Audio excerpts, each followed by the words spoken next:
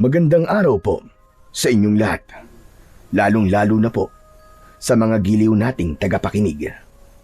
Sa araw po na ito ay mapapakinggan po natin ang kwento ng isang lalaking gagawin ang lahat para sa kanyang pamilya. Si Harabas ay sinubok ng katatagan at hamon ng buhay nang biglang mawala ang kanyang asawa na si Ivana. Bilang isang magsasaka ay kakailanganin niyang iwanan ang palayan sa pangangalaga ng kanyang anak na si Val upang mapuntahan ang asawa sa baryo ng Aklan. Dito niya makikilala ang isang antingerong magbibigay sa kanya ng kakaibang sandata at mutya na magagamit niya laban sa mga kampon ng kadiliman. Magagawa pa kaya niyang mabawi ang kanyang asawa na si Ivana? Magtagumpay kaya siya laban sa lumalakas na puwersa ng kadiliman? Sama-sama po nating pakinggan ang buhay at pakikipagsapalaran ng magsasakang manunugis na sumugod sa baryo ng Aklan. Ngunit bago po ang lahat, mga idol, huwag naman po nating kalimutang mag-subscribe at i-hit ang notification bell sa aking YouTube channel na The Voice Addict at Apong Isaak para sa mas marami pang makapigil hiningang kwentong aswang at katatakutan mula sa mundo ng kababalaghan. Umpisahan na po natin ang kwento. Anak, halika nga muna rito. Mag-usap tayo. Itigil mo na muna ang pagsusulat mo. Sino ba yung madalas na sinusulatan mo? Tay, kaibigan ko lang po. Nakatira po siya sa Aklan. Gusto ko po sanang hanapin niya po si nanay. Tay, teka po. Tungkol po ba saan ang pag-uusapan natin? Tungkol sa nanay mo, anak. Balak kong sundan siya sa Aklan. Nag-aalala na ako. Hindi na siya nakabalik simula nang umalis siya. Tay, iiwan niyo po ako dito? Oo, anak. Hindi kita pwedeng isama ron. Delikado at mapanganib para sa'yo. Pero tay, paano naman po ako dito? Baka ikaw naman po ang hindi na bumalik. Bakit, anak? Wala ka bang tiwala sa akin? Dati ako manunugis ng mga aswang. Kaya alam ko na ang pupuntahan ko ay maraming masasamang elemento at nagtatago sa dilim. Kaya nga masyado na ako nag-aalala sa nanay mo eh. Paano ko napahamak na siya?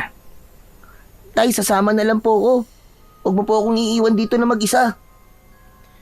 Hindi ka pwedeng sumama sa akin, anak. Sino may iwan sa palayan? Ikaw lang ang maaasahan ko rito na magbabantay sa tanim natin ng mga palay. Pati na ang pag-aalaga sa mga hayop. Alam mo naman, anak, na marami pa rin na magdanakaw ngayon. Tay, ayoko pong maiwan dito eh. Nakikiusap po ako sa inyo, tay. Isama niyo na lang po ako. Sige na. Anak, nakikiusap din si tatay sa'yo. Mahalaga ka sa akin. Ayokong pati ikaw ay mapahamak ng dahil sa amin ng nanay mo. Isa pa, mapanganib ang lugar na pupuntahan ko. Sana naman ay maintindihan mo ko, anak. Huwag nang matigas ang ulo mo. Mahirap din naman sa akin na iwan ka rito na mag-isa. Ngunit mas pipiliin ko na hindi kita isama kesa mapahamak ka sa pupuntahan ko. Tay, nag-aalala po ako sa inyo ni nanay eh. Natatakot po ako eh. Tulad ng sinabi ko, anak, wala ka bang tiwala kay tatay? At wala ka rin bang tiwala sa Diyos? Hindi niya ako pababayaan, anak. Kaya huwag kang matakot. Meron po akong tiwala sa Diyos, tay. Pero sa lugar po na pupuntahan mo, wala akong tiwala dun. Val, anak, basta't magtiwala ka sa akin. Huwag kang mag-alala. Kilala mo naman ako. Kaya kong ipagtanggol ang sarili ko. Sige na, sige na. Tama na ang usapan na to. Buo na ang desisyon ko, anak. Maiiwan ka muna rito at huwag mong pababayaan ang palayan natin. Aasahan kita, anak. Tay, iiwan niyo po talaga ako rito? Hindi naman kita iiwan, anak eh. Babalik ako kagad at sa pag-uwi ko rito, pangako ko, kasama ko na ang nanay mo. Kaya huwag ka nang umiyak dyan. Walang mangyayaring masama sa amin ng nanay mo. Parang pinipiga ang puso ng may 40 taong gulang na si Harabas. Pinagmasdan niya ang muka ng kanyang anak na si Val. Nakatungo ito at umiiyak habang ang luha ay pumapatak sa kulay dilaw na papel na madalas na pinagsusulatan nito. Palagi niyang nakikitang nagsusulat ang anak para sa kaibigan nito na nakatira sa Aklan. Dala ng awa ay mahigpit niyang niyakap ang kanyang anak na si Val. Mas lalong lumakas ang iyak nito. Kaya hindi siya umalis sa tabi nito hanggat hindi ito tumitigil sa pag-iyak. Isang malalim na buntong hininga ang pinakawalan ni Harabas habang nakatanaw sa labas ng bintana. Isang magsasaka si Harabas sa baryo ng Padan Antique. Tinalikuran niya ang pagiging manunugis ng mga aswang magmula nang makilala niya ang kanyang asawa na si Ivana. Nagtanan lamang sila noon mula Aklan hanggang Antique. Ngunit nang mabalitaan ng kanyang asawa na namatay na ang ina nito, ay sinundo ito ng isang lalaking hindi niya nakita kung sino.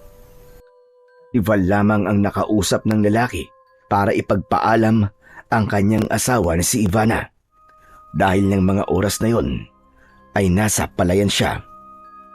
2 linggo nang hindi umuuwi si Ivana sa kanila. Kilala niya ang asawa. Hindi ito nakakatagal nang hindi sila kasama. Kaya mas lalo siyang nag-alala. Hindi niya alam kung magkikita pa ba silang dalawa ni Ivana. Pagkatapos nilang mag-usap na mag-ama, wala silang imika ni Val nang pumasok sila sa kanilang kwarto. Dala ng malalim na pag-iisip, hindi na malaya ni Harabas na nakatulog na pala siya at sikat na ang araw nang siya ay magising. Tay, gising na po. Nagandaan na po ako ng almusal natin. Iminulat ni Harabas ang kanyang mga mata at iginala ang kanyang paningin sa loob ng kanyang kwarto. Itinukod niya ang 2 niyang kamay at bumangon sa kanyang higaan na gawa sa kawayan. Bago inalis ang kumot na alam naman niyang hindi siya ang may gawa. Madalas siyang nagigising ng ganun na may kumot sa katawan. Natitiyak niyang ang anak ang may gawa nun at gabi-gabi itong pumapasok sa kanyang silid para lamang kumutan siya. Kaya't napapangiti siya sa sobrang kaligayahan dahil nagkaroon siya ng maasikaso at mapagmahal na anak. Pagkatapos niyang matanggal ang kumot, ay bumaba na siya sa kanyang katre. Naglakad siya palapit sa pintuan. Nakita niyang naghahanda ng tubig si Val. Umuusok ang kanin at piniritong tuyo na isda. May kape na rin sa tabi ng upuan niya. Nag-angat ito ng muka mula sa pagkakayuko at nakangiting sumulyap sa kanya. Ngunit hindi maitatago sa mga mata nito ang lungkot dahil ngayon ang alis niya para iwanan si Val. Tay, kain na po. Para po hindi ka po magutom sa biyahe. 1 oras din po ang biyahe niyo papuntang Aklan eh. Salamat, anak ha. Hindi naman ako magtatagal doon. Susunduin ko lang ang nanay mo. Saka mga ibiniling ko sa iyo ha. Huwag mong kalilimutan. Magsarado ka ng mabuti ng pinto. Huwag mo rin kalilimutan gumamit ng ilaw na gasera para maliwanagan ang bahay sa gabi. Ang sarili mong itak, palagi mong itatabi sa higaan mo. Huwag kang matatakot kapag alam mong nasa tama ka. Alam kong kaya mong ipagtanggol ang sarili mo laban sa mga masasamang tao na magnanakaw sa mga alaga nating mga hayop. Opo tay, mag-iingat ka rin po ah. Hihintayin ko rin po ang pagbabalik niyo ni nanay. Oo naman anak, makakauwi kami ng ligtas ng nanay mo. Sige na, maupo ka na at sabay na tayong kumain. Siya nga pala, huwag mong kalilimutang lagyan ng abono ang mga palay natin ha. Dapat, malagyan na ang mga yun habang mainit pa ang panahon. Opo tay, hindi ko po kalilimutan. Tumabi sa kanya ang anak na si Val at nagsandok ng pagkain sa lusa nitong plato. Isang uri yun ng plato na gawa sa aluminum. Wala na silang imikan hanggang sa matapos silang kumain. Naiwan si Val na naghuhugas ng kanilang pinagkainan. Habang si Harabas naman ay muling pumasok sa loob ng kanyang silid para maghanda naman ng ilang damit at gamit na madadala niya sa baryo ng Aklan. Panay ang buntong hininga niya habang nagtitiklop ng mga damit. Inilalagay niya yun sa kulay itim na bag. Yun ang kauna-unahang pagkakataon na iiwan niya ang kanyang anak. Kaya mabigat sa kanyang dibdib ang gagawin niyang pag-alis. Pakiramdam niya ay may tinik na nakaharang sa kanyang lalamunan, habang ang naririnig niya ay ang malakas na tibok ng kanyang puso at ingay ng lusang plato na hinuhugasan ni Val.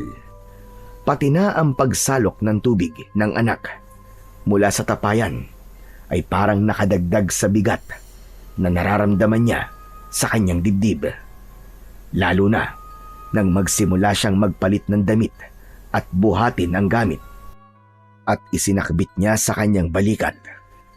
Parang ayaw niyang tignan si Val ng mga sandaling yon. O paano anak? Aalis na ako ha. Ang mga billing ko ha. Nag-iwan ako ng pera sa aparador ko. Gamitin mo kapag meron kang gustong bilhin. Opo tay. Tay, mag-iingat ka po sa pupuntahan mo ah. Hindi siya sinulya pa ni Val. Tuloy pa rin ang paghuhugas nito ng pinggan at ng mga baso. Isang malalim na buntong hininga ang pinakawalan niya. Hindi niya natiis ang anak at nilapitan niya ito. Mahigpit niya tong niyakap at napuna niyang marami ng luha ang umaagos sa pisngi ng anak. Anak, gagawin ko to para sa nanay mo. Kaya kailangan mo magpakatatag. May tiwala ako sa iyo, anak. Kaya natin to. Nang bumitiw sa pagkakayakap si Val kay Harabas, ay tinitigan niya ito sa mga mata at pilit na pinalalakas ang loob nito. Maya-maya pa, ay nakita niyang tumango ang kanyang anak bilang tanda ng pagpayag nitong umalis siya. Ginulo niya ang buhok ng kanyang anak sa katuluyang nagpaalam dito. Mabigat ang hakbang ng paa na lumabas siya ng kanilang bahay. Diretso ang lakad na tinahakandaan papunta sa tabi ng mabatong kalsada. Yun ang tamang oras ng pagdaan ng biyahe papunta sa Aklan. Isang jeep lang din ang bumabiyahe sa baryo nila na kapag naiwan ang sasakyan ay kakailanganin na maghintay na naman ng kinabukasan. Pagkalipas ng ilang minuto ay nakarating na siya sa gilid ng kalsada. Para bang mabigat ang kanyang dibdib na palayan dasal na sana ay gabayan siya ng Panginoon sa kanyang paglalakbay. Maya-maya pa ay nakarinig siya ng tunog ng busina ng sasakyan, kaya't napatayo siya ng tuwid at napatingin sa gawi ng paparating na jeep. Medyo may kalumaan na yon, ngunit maayos pa naman ang takbo. Kita niya agad ang mga pasahero na nakaupo sa bubong ng sasakyan. Marami ang nakasabit sa pinto. Mabuti na lang at tinigilan siya ng driver para pasakayin kahit puno na. Kaya ko to. Isang oras lang naman akong makikipagsiksikan sa mga pasahero eh. Nakipagsiksikan si Harabas sa loob ng sasakyan at nakatanaw sa labas ng bintana. Parang gusto niya nang sumuko. Ngunit mas nanaig ang kagustuhan niyang makasama ang asawa at mabuo ang kanyang pamilya. Pagkalipas ng kalahating oras na biyahe, dumaan na sila sa pinakaliblib na baryo ng hangganan ng Aklan at Antique. Meron silang mga ilang bangin na nadaanan at walang isang bahay na nakatayo. Maya-maya pa ay merong sumakay na matandang lalaki. May hawak yung baston na ginagamit sa paglalakad.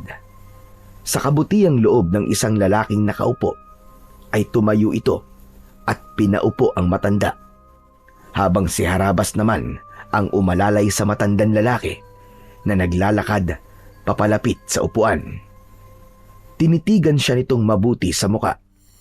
Pagkatapos ay naupo sa katapat ng kanyang kinatatayuan, habang ang lalaking umalis kanina ay tumabi na rin sa kanyang tayo. Kagaya niya ay kumapit na rin ito sa bakal na nasa bubong ng jeep. Maraming salamat sa inyo, mga iho. Kayo lamang ang nagpaupo sa akin. Madalas ako sumasakay ng jeep, pero hindi man lang ako nakaranas na paupuin ng mga nakaupong lalaki. Siguro ay hindi kayo taga rito, ano? Sumagot ang lalaking nagmagandang loob kanina sa matanda. Sinabi nito na yun ang natutunan nito sa kinagisnang mga magulang. Nakilala ni Harabas ang lalaki sa pangalan na Roel, taga Maynila, at nagbabakasyon lang sa Aklan para sa kapatid na nagtanan. Nagkataon na dun din siya bababa ng sasakyan.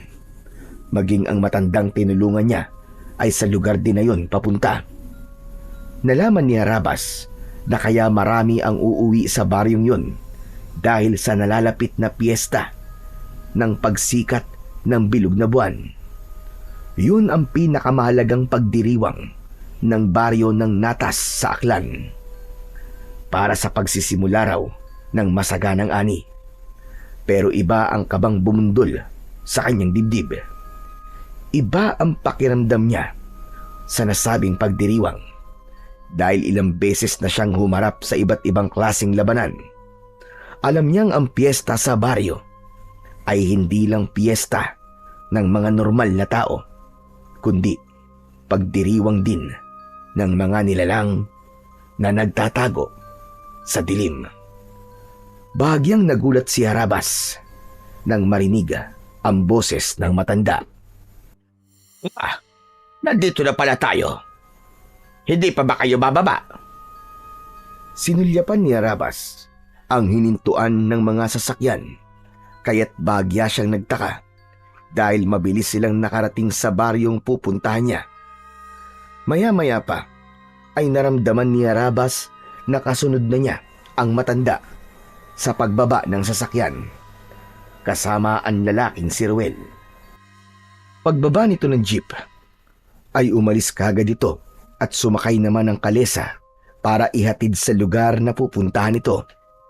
Kaya naman, magpapaalam na rin sana si Harabas sa matanda nang bigla itong natumba sa tabi niya. Nagkagulo ang mga tao nang makitang nawalan ng malay ang matanda. Binuhat niya ito at dinala sa mahabang bangko na gawa sa tabla. Inihiga niya ito at pinaypayan gamit ang kanyang kamay. Marami ang nag-alok ng tulong, pati na ang mga gamot, para sa agad na pagbabalik ng malay ng matandang lalaki. Malamig ang katawan nito dahil sa pawis. Hindi niya ito iniwan at kinalong ang ulo nito habang banayad ang paghinga. Marami pong salamat sa tulong nyo para po sa gamot. Ngumiti ang babaeng nagbigay sa kanya ng panghaplas na katingko at sinabi nito na kilala raw ng mga ito ang matanda. Tawag daw nila sa matanda ay Lolo Estoy. Mabait daw ito at kilalang albularyong antingero sa baryo ng Natas. Pagkatapos nilang makipag-usap sa babae, ay ginamot naman niya si Lolo Estoy. Ilang saglit pa Nagkamalay naman na ang matanda. Una nitong hinanap ang hawak nitong baston kanina. Anong nangyari?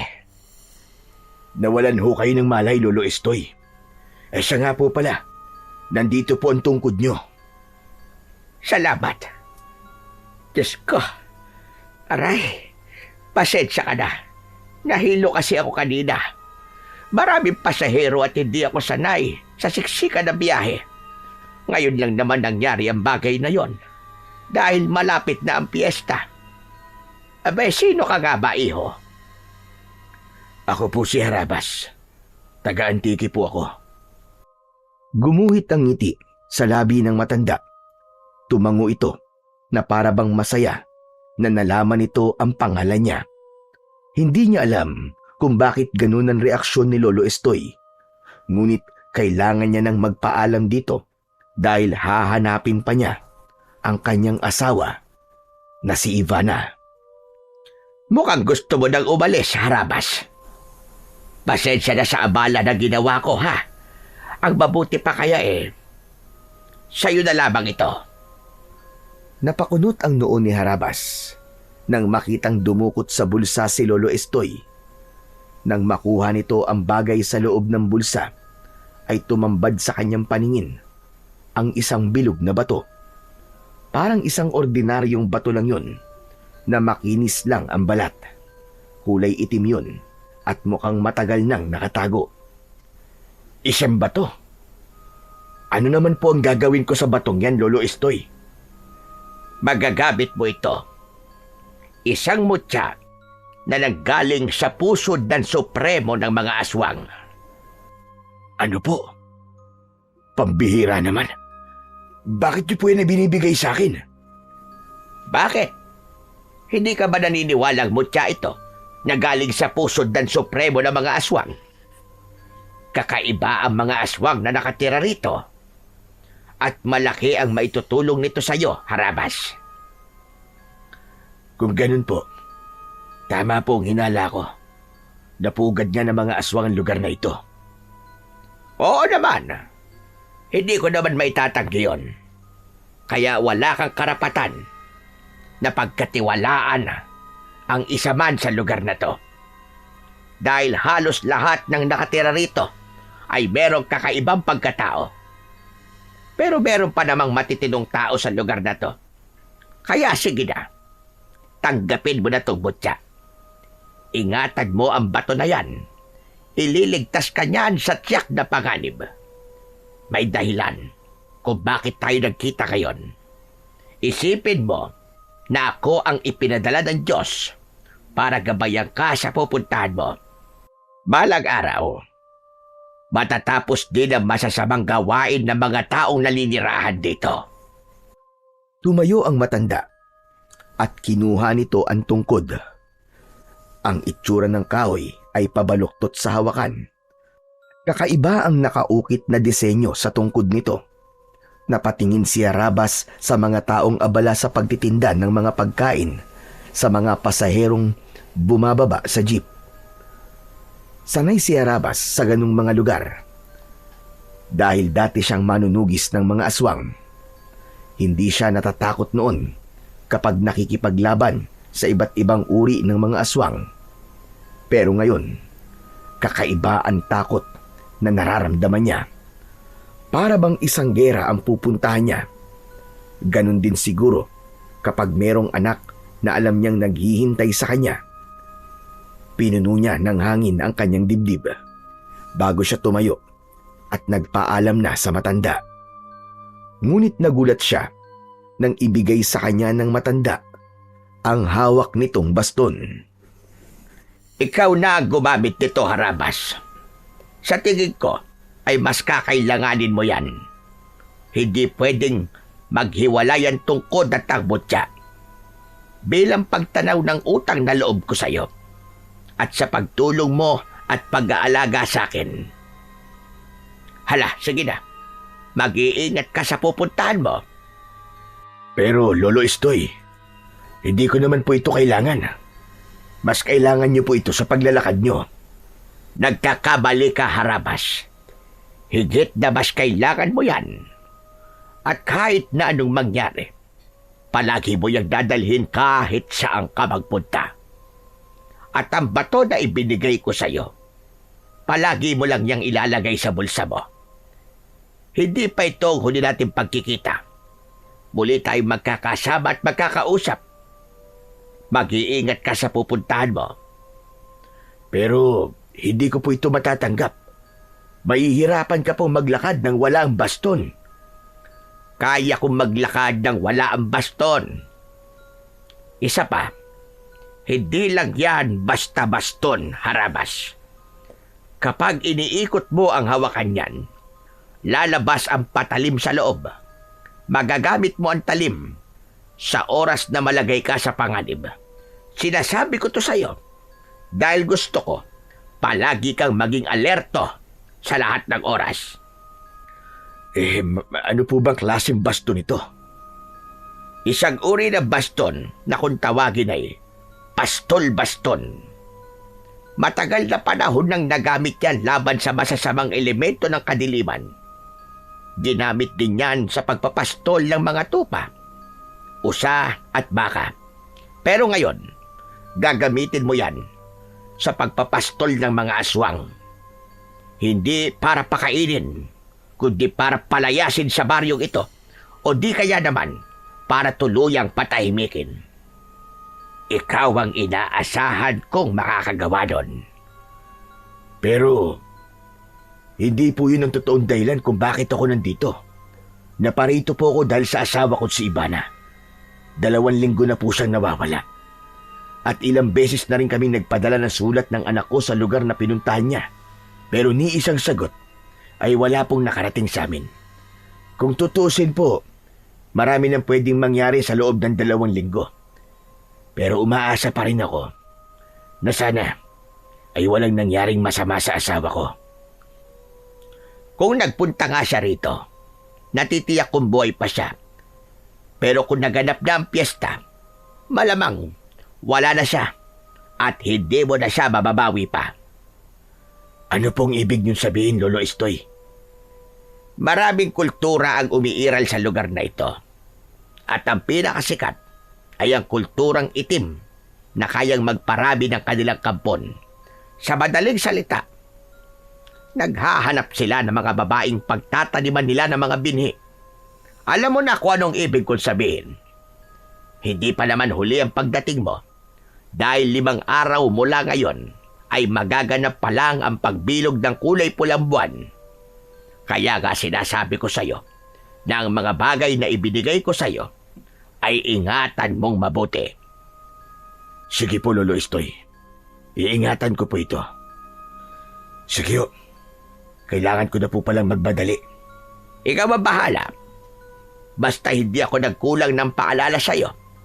Mas makabubuting magpanggap ka na wala kang alam sa lugar na to. Panindigan mo na ikaw ay isang dayo at gusto lang mamiesta. Para sa kaligtasan mo. Tandaan mo, malalakas ang pakiramdam ng mga aswang. Aalalahanin ko po lahat ng sinabi niyo, Lolo Estoy. Kung kaya mo magpanggap na pilay, gawin mo para hindi mahiwalay sa iyo ang baston. Pati na ang batong hawak mo. Sige na, aalis na rin ako. Kailangan natin maghiwalay ng landas dahil baka mahalata nilang tinutulungan kita. Saka nagsimulang maglakad ang matanda papalayo sa kanya. Kagaya ng sinabi ng matanda, ay nagpanggap si Harabas na pilay. Nakatanaw siya sa papalayong si Lolo Estoy. Sa kanya inilinga ang kanyang paningin sa paligid. Nakita niya ang kadarating lang na kalesa na maghahatid sa kanya sa bahay ng asawa.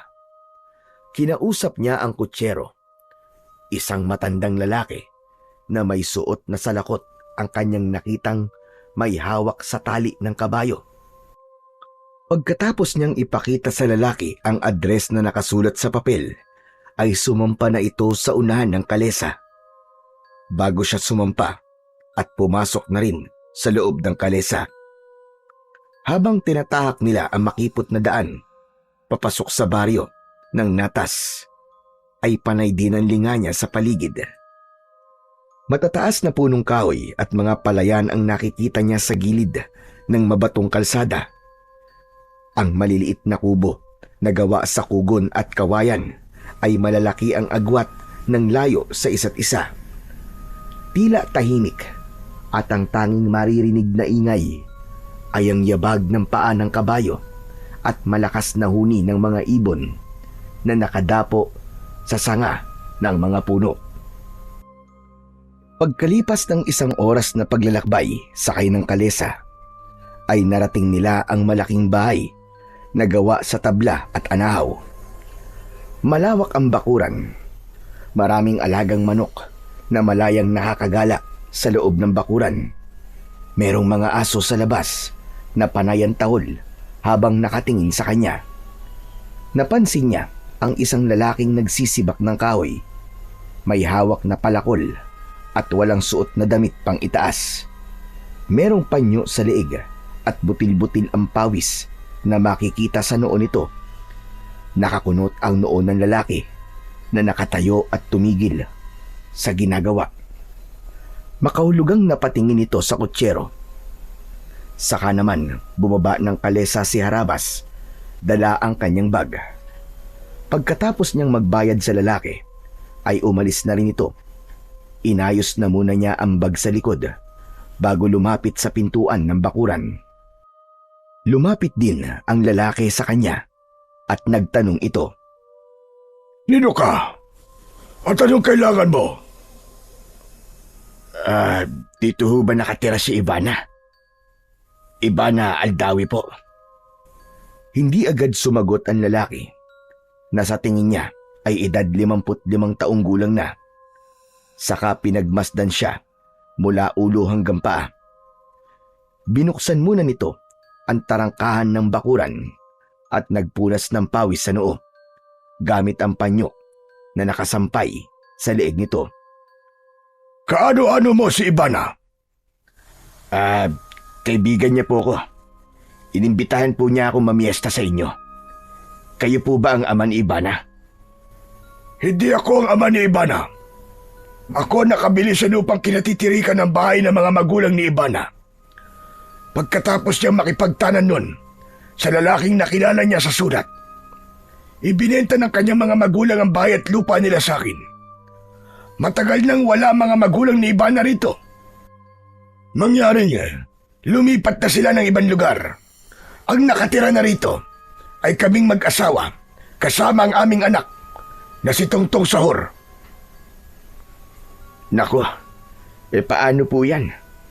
Wala pa naman akong ibang matutuluyan dito. Wala po akong ibang kakilala rito. Hindi po kasi nabanggit sa akin ni Ivana na wala ng kanyang mga magulang sa dati nilang bahay. Kailan mo pa ba siya nakausap? Baka nahuli lang ang dating ng sulat niya. Kung gusto mo, meron kaming isang kwarto na pinapaupahan. Sinadya naming magpagawa ng kwartong upahan para sa nalalapit na piyesta. Marami kasing dumadayong mga tao rito para mamiesta. Yun naman kung gusto mo lang. Wala naman po akong magagawa. Wala talaga akong matutuluyan dito Sige po, ako na lang po ang uupa sa silid nyo. Magkano naman po ang babayaran ko kung sakali? Ilang araw ka bang mananatili rito? Kung hihintayin mo ang piyesta namin, 5 araw yun mula ngayon. Hindi po ako sigurado kung gaano po ako katagal na mananatili rito. Balak ko po sanang hanapin si Ivana kung saan siya nakatira ngayon. Ikaw ang bahala. Hindi ko naman nabalitaan na umalis siya ng baryo. Baka lumipat lang ng bayo di kaya tumira sa bahay ng lolo niya. Sige po. Pwede ko po bang makita ang silid? Hindi na rin po ako makakagala dahil malapit na pong dumilim ang paligid at baka maligaw pa po ako kung mag-isa ako maghahanap sa kanya. Hayaan mo at pagdating ng anak ko ay pasasamahan kita sa bayan. Hindi ko kasi alam kung saan lumipat ng bahay ang pamilya ni Ivana. Matagal nang bakante ang bahay na to. Siguro mga nasa 10 taon na rin ang lumipas. Tapos nung nakaraan na linggo lang, lumipat kami rito. Pero nabalitaan namin na patay na raw ang kanyang ina. Hindi naman kami nakikipag-usap sa mga yon dahil abala na rin kami sa nalalapit na piyesta. Kaya hindi namin natanong sa nagatid ng balita kung saan sila nakatira. Ganun po ba? Sige po, tara na. Gusto ko na pong makita ang silid. Natigilan ang lalaki nang mapansin nito ang baston na hawak ni Harabas, pati na ang paraan niya ng paglalakad. Kasama yon sa sinabi ni Lolo Estoy para hindi malayo sa kanya ang baston pastol. Ang ganda naman ng baston mo. Hindi ko alam na may kapansanan ka pala. Mahihirapan ka nga maghanap sa bahay ni Ivana kung ganyan ang kalagayan mo. Dapat meron kang kasama kahit papano. Habang naglalakad, ay walang tigil sa pag-uusap ang dalawa. Inalalayan siya nito sa kaliwa niyang kamay, papasok sa loob ng bahay nito. Wala na po akong pamilya. Meron po akong asawa at anak. Iniwan ko po sa Padan. Taga-Antiki po ko. Malapit lang pala. 1 oras lang ang biyahe nun papunta sa lugar na to. Mukhang mahalaga nga ang sadya mo kay Ivana. Maya-maya pa ay tumigil ito sa paglalakad at itinuro sa kanya ang nakasaradong pintuan ng silid. Napansin niya ang isang babae na sa tingin niya ay edad 50 taong gulang. Lumapit ito sa kausap niyang lalaki at nalaman niyang Bartolo pala ang pangalan ng kanyang kausap. Malambing ang babae at nakangiting nakatingin sa kanya. Sinabi ng babae na nakilala niya sa pangalang Aling Tanya ay siya raw ang kauna-unahang uupa sa silid. Huwag kang mahiya rito. Pwede namang magbayad ka sa araw ng pag-alis mo dahil baka makita mo kagad ang bahay ni Ivana ay makakalipat ka kagad ng matutuluyan at hindi mo babayaran ng 5 araw na ilalagi mo sa kwartong yan. Kayo po ang bahala at marami pong salamat sa pagpapatuloy niyo sa akin dito. Walang anuman. O siya, sige na. Magpahinga ka na muna at mukhang pagod ka sa biyahe. Isasakop na kita sa isasaing na bigas ng asawa ko para mamayang gabi. Isipin mo na lang na bisita ka namin dito. Kaya huwag kang mahihiya. Isipin mong bahay mo to. Marami pong salamat sa kabutihan niyo, Mang Bartolo. Pati po sa inyo, Aling Tanya. Nakangiting tumango ang mag-asawa bago nagpaalam sa kanya.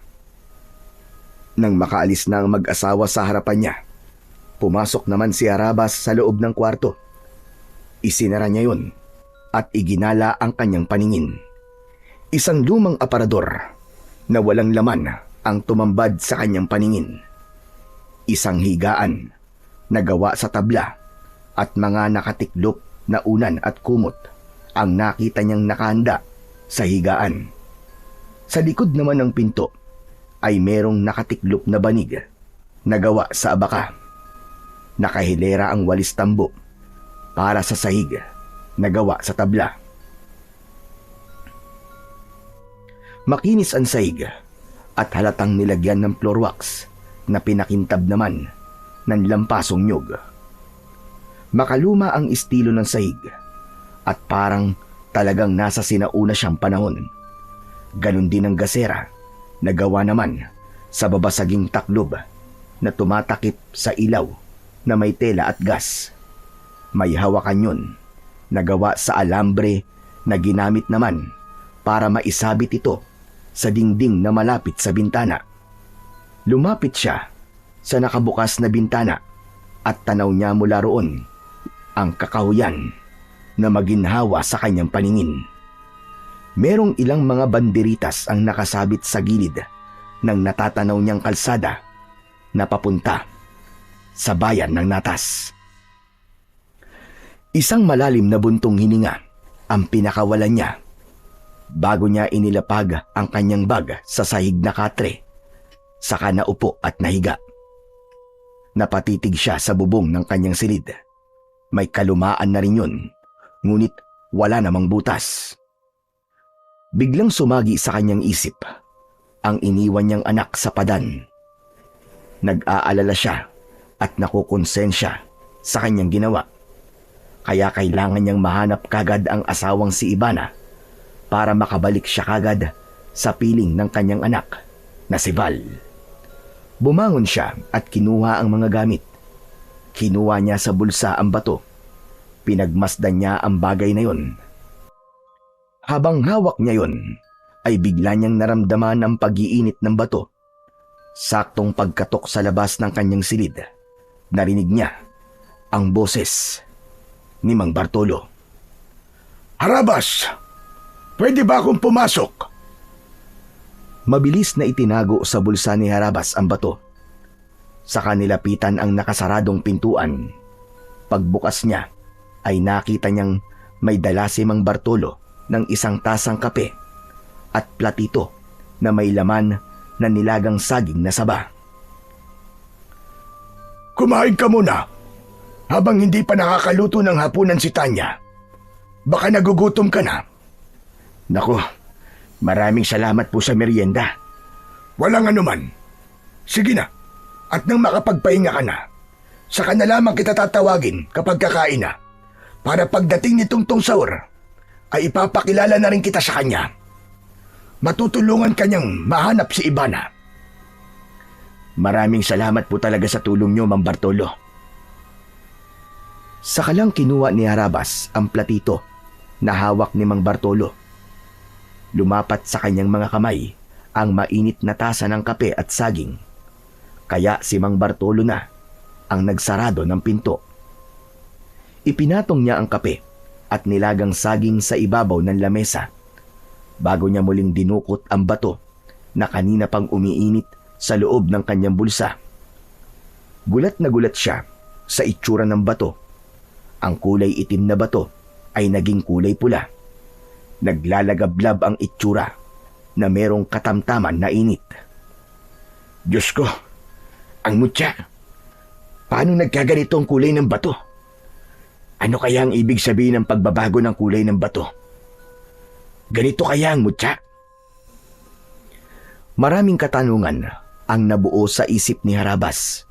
Habang nakaangat ang kanyang kamay, ay sinisipat ang itsura ng hawak niyang bato. Hindi naman masyadong mainit ang bato, kaya lang ay nagtataka siya sa itsura ng mutya. Hindi sinasadyang nabitiwan niya ang bato at pumatak yun sa nilagang saging. Nanlalaki ang mga mata nang makita ang kulay itim na usok na lumabas mula sa saging. Napaatras siya ng upo habang hindi inaalis ang paningin sa platito. Napalunok siya ng laway at nagtataka sa nakikitang itsura ng pagkain. Sandali, ano nangyayari? Bakit nagbago ang kulay ng nilagang saging nang bagsakan ito ng mutya? Nanginginig ang kamay ni Harabas nang damputin niya ang bato sa platito. Nagbalik sa dating kulay ang bato na kulay itim. Kaya naman, nang mahawakan niya ang bato, ay sinubukan niyang bitiwan ng mutya sa tapat naman ng tasa ng kape. Tumunog ang tasa nang lumapat ang bato sa loob nito. Mas lalong nanlaki ang mga mata ni Harabas nang unti-unting nagbago ang kulay ng kape. Naging isang malapot na kulay pulang likido ang kape. Bumundol ang kaba sa kanyang dibdib at nagpasalamat sa matandang nagbigay sa kanya ng mutya. Dahil sa kauna-unahang pagkakataon, ay iniligtas siya ng mutya. Merong kakaiba sa pagkain ko. Tama si Lolo Estoy. Hindi nga dapat ako magtiwala sa kanila. Dahil sa mutya ng pusod ng Supremo ng mga aswang, nalaman ko ang totoong itsura at kulay na ibinigay nila sa akin na pagkain. Nahulog na pala ako sa patibong nila at muntik ko nang kagatin ang kanilang pain. Pues, hindi kayo magtatagumpay. Ako pa ang kinalaban nyo.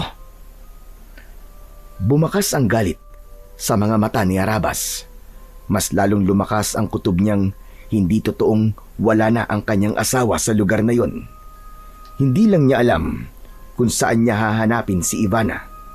Mabilis na tumayo si Harabas at kinuha ang platito. Itinapon ang saging at itinaktak ang laman ng tasa na merong kape. Palalabasin niyang ininom niya yon at kinain ang saging. Kung ganun, kailangan kong makaisip ng paraan para hindi makasabay sa kanila sa pagkain. Bahala na. Kinuha ni Harabas ang mutya sa ibabaw ng lamesa na nabasa dahil sa kape. Saka isinilid niya yon sa kanyang bulsa. Ngayon, ay alam ko na kung ano ang palatandaan sa bato. Malalaman ko kung aswang o tao ang kaharap ko sa pamamagitan ng pag-iinit ng mutya. Kailangan ko magdoble sa pag-iingat para sa anak kong si Val na naghihintay sa akin sa pagbabalik namin ni Ivana. Kailangan ko ng karagdagang pag-iingat.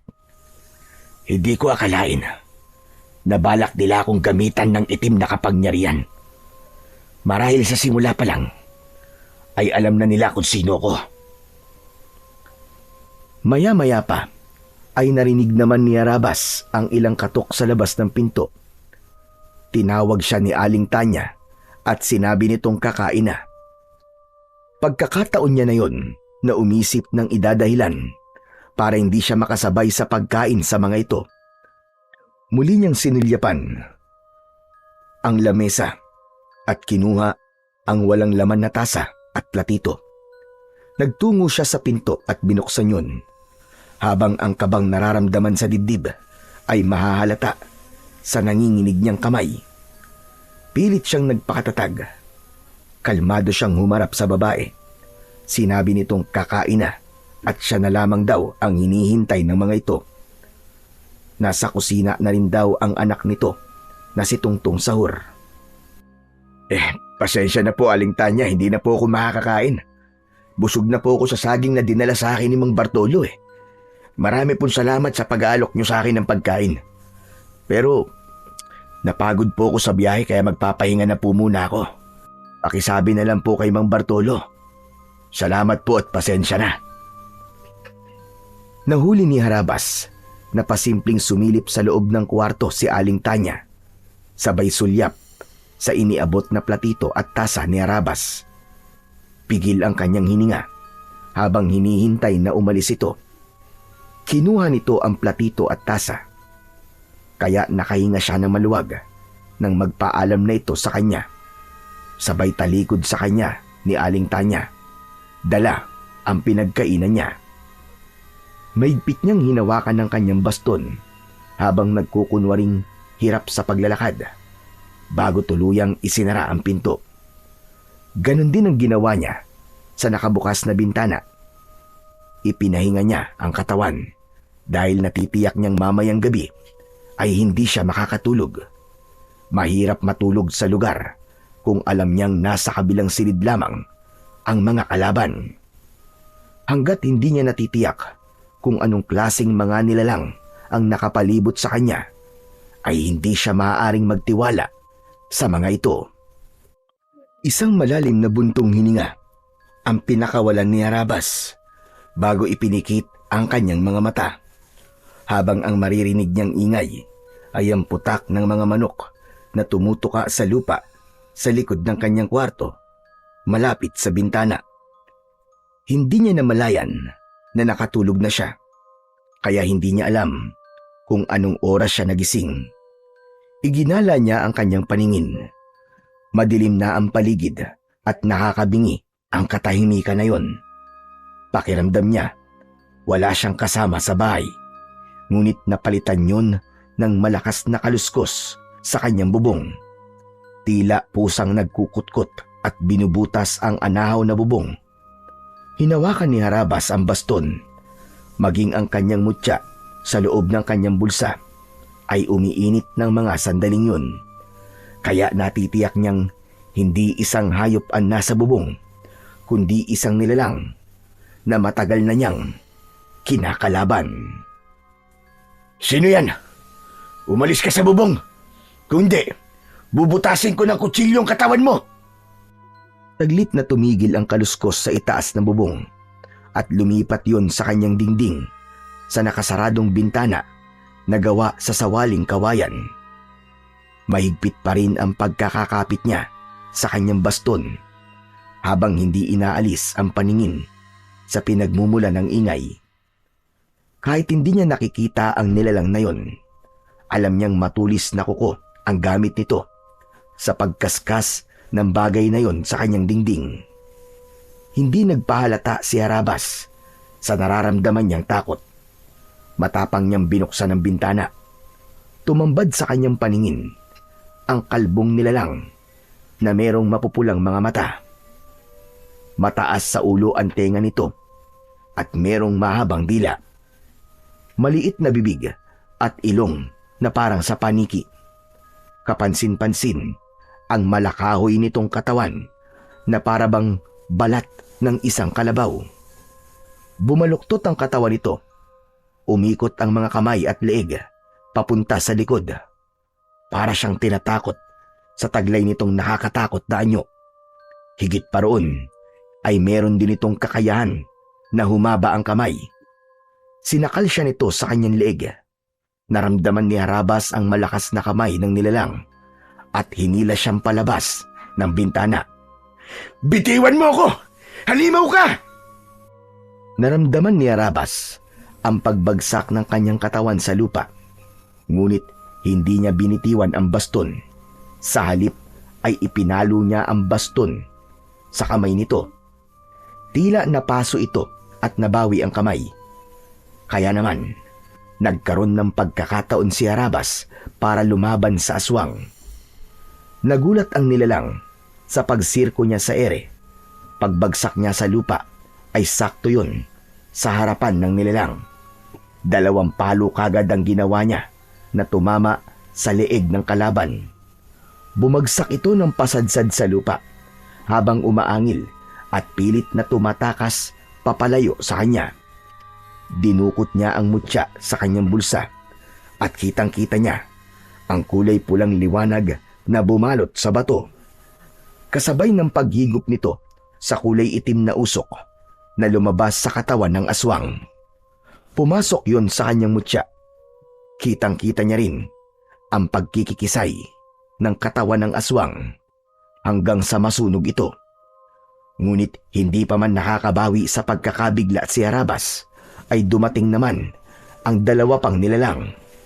Mga mukhang kahoy ang mga ito na parang hindi tinatablan ng kahit na anong sandata. Sinubukan niyang itaas ang bato, ngunit hindi nangyari sa mga ito ang nangyari sa unang aswang na pinatay niya. Hindi nahigop ang kulay itim na usok mula sa katawan ng mga ito. Nakangising nakatayo ang mga ito habang tumutulo pa ang malapot na laway sa bibig. Baka magkaugnay ang baston at mutya. Kagaya na sinabi ni Lolo Estoy na hindi dapat maghiwalay ang mutya at baston. Kailangan ko muna sigurong masaktan sila bago mahigop ang kanilang itim na kapangyarihan sa katawan. Mabilis na kumilos si Harabas. Sinugod niya ang mga ito at tigi-isang sipa ang kanyang ginawa. Tinamaan niya sa muka ang unang nilalang bago niya pinalo ng kanyang baston. Pasadsad itong bumagsak sa lupa bago niya binalingan ang isa pang nilalang na papasugod sa kanyang kinaroroonan. Naiwasan niya ang pagtama ng matulis nitong mga kuko sa kanyang muka at sa pagtayo niya ay kinalawit niya ang leeg nito ng kanyang baston. Sabay palo ng malakas sa ulo nito. Bumagsak din ito sa lupa katabi ng unang aswang na tinamaan niya ng baston. Sa kanya itinaas sa ere ang bato na kulay pula. Mula sa katawan ng mga ito ay lumabas ang kulay itim na usok na parabang yun ang nagsisilbing kapangyarihan ng mga ito para maging isang ganap na aswang. Pumasok ang itim na usok sa hawak niyang mutya. Kasunod ng pagkikikisay ng katawan ng mga aswang hanggang sa tuluyang lamunin ng apoy. Nanlalaki ang mga mata ni Harabas at hindi makapaniwala sa nasaksihan niyang kapangyarihan ng mutya ng pusod ng Supremo ng mga aswang. Talagang mahirap kalaban ang Supremo, lalo na kung yun ay isang uri ng mutya. Kung ganun, matatalo ko ang mga aswang at mahihigop ng mutya ang kanilang kapangyarihan sa pamamagitan ng baston. Habang natitigilan si Harabas, ay muli niyang itinago ang kanyang mutya sa bulsa at ginamit ang baston para itukod ulit sa lupa. Nagkunwari ulit siyang pilay. Saktong dumating ang mag-asawa at lumapit ang mga ito sa kanya. Bakas ang kunwaring pag-aalala sa mukha ng mga ito. Kaya naman, nagkunwari din si Harabas na wala siyang alam sa pagkatao ng mga aswang. Hanggat hindi niya nakikita si Ivana, kailangan niyang magtiis. Nakangiti siyang humarap sa mag-asawa. Harabas, ano nangyari? Meron kaming narinig na mga ingay kanina.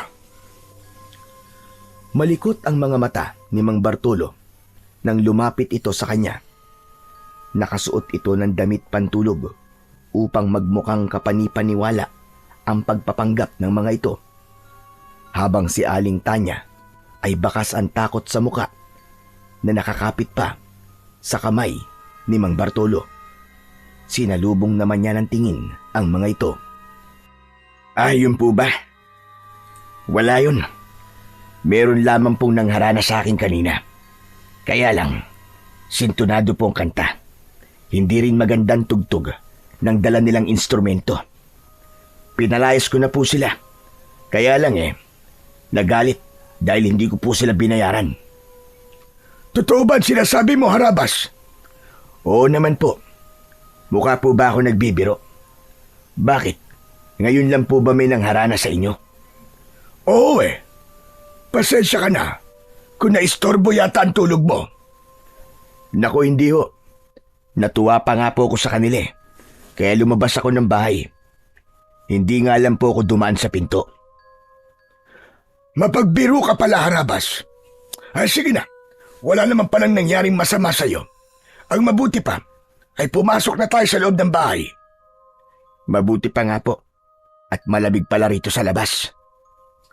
Akma na sanang susunod sa paglalakad papasok sa bahay si Harabas nang makita niya ang nakatayong pamilyar na babae. Nakabistida ito at seryoso ang muka na nakatingin sa kanya. Bumilis ang tibok ng kanyang puso. Hindi siya maaaring magkamali. Si Ivana, ang babaeng nakatayo sa harapan niya. Tulala ito at nakatingin lang sa kanya. Wala itong emosyon sa muka. Naluluwa ang kanyang mga mata. Nalalapitan sana ito. Ngunit humarang ang isang lalaki. Malaki ang katawan at moreno. Matapang ang mga mata at medyo matangkad sa kanya ng konti. Bakit pare? Kilala mo ba ang asawa ko? Tila merong libo-libong tinik na humarang sa lalamunan ni Harabas nang marinig niya ang sinabi ng lalaki. Kung hindi siya nagkakamali, marahil ito ang binatang anak ni Mang Bartolo at Aling Tanya.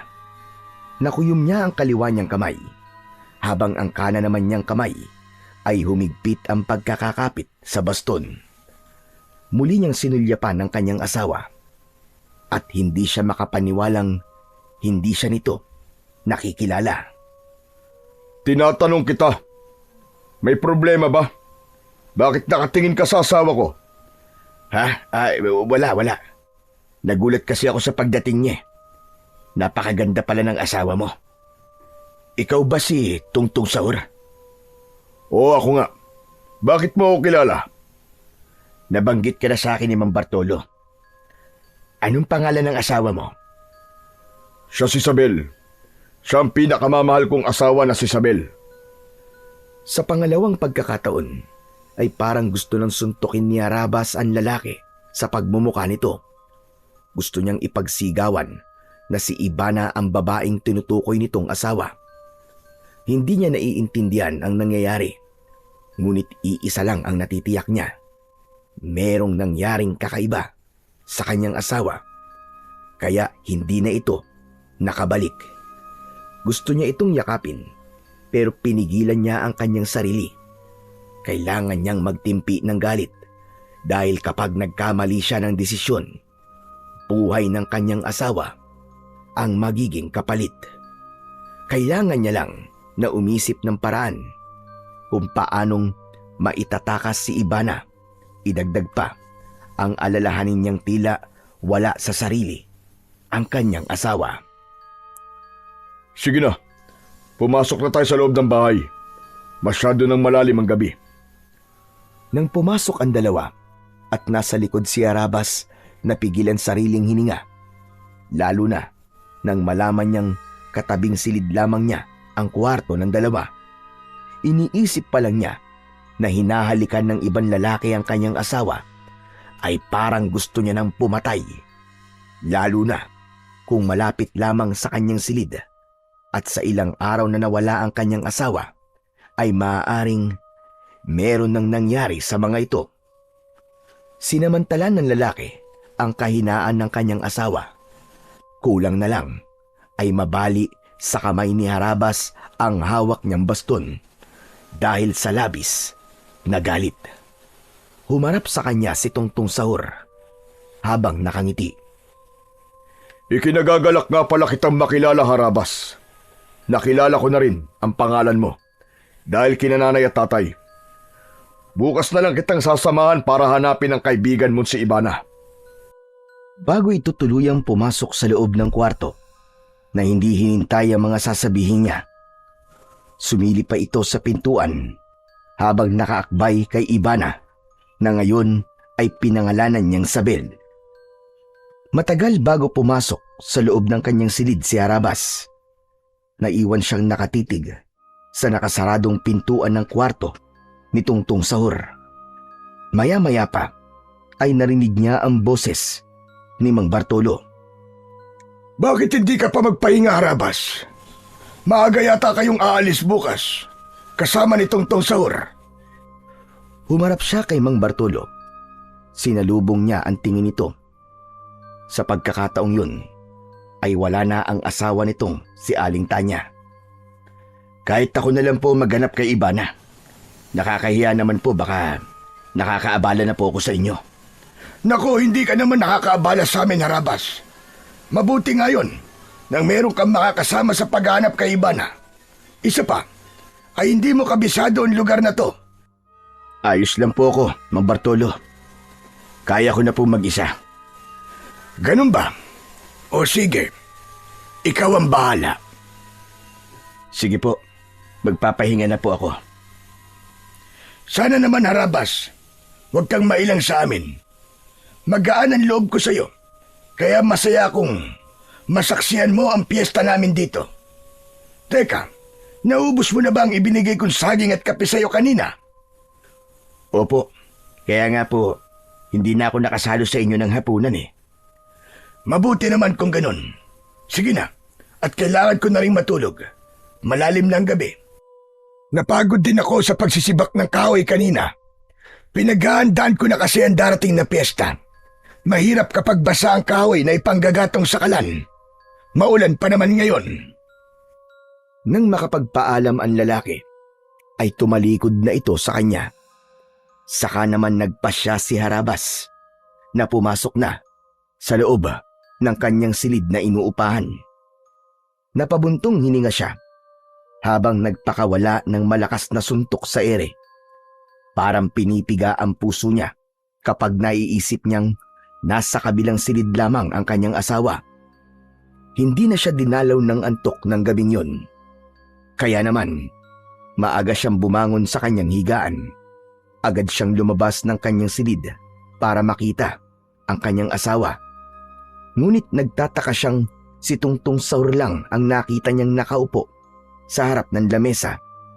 Seryoso itong nakatingin sa kanya at inalok siya ng kape. Ngunit tinanggihan niya yon at sinabi niyang hindi siya nagkakape sa umaga. Pakisabi nga pala kay Mang Bartolo na mag-iikot lang ako sa labas ng bakuran. Baka meron akong masagap na balita tungkol sa taong hinahanap ko. Ikaw ang bahala. Basta wag kang lalayo sa bahay. Marami ang masasamang nilalang na nagkalat sa tabi-tabi. Baka matsyempuan ka. Nabanggit naman yata sa'yo ni tatay na ibang lugar na to kumpara sa lugar na pinanggalingan mo. Wala pa naman nababanggit sa akin si Mang Bartolo tungkol sa bagay na yan.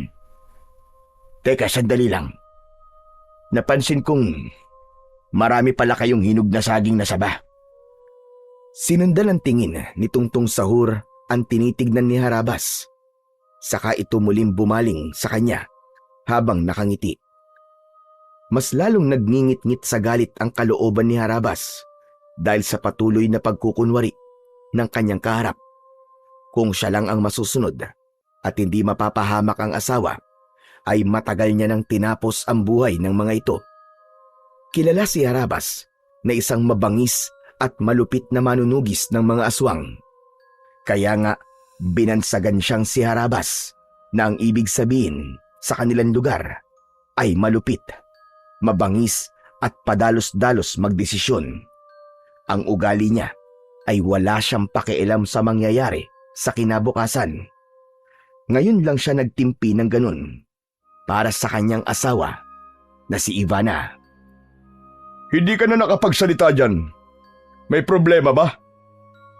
Wala. Ano nga ulit yun? Hindi ba't sinabi mo kanina na marami kaming saging na saba?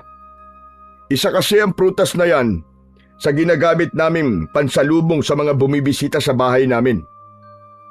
Biglang bumundol ang kaba sa dibdib ni Harabas. Sa isip niya ay alam na niyang kung ano ang bagay na ginagamit ng mga ito para makulong sa bitag ang kanilang mga biktima.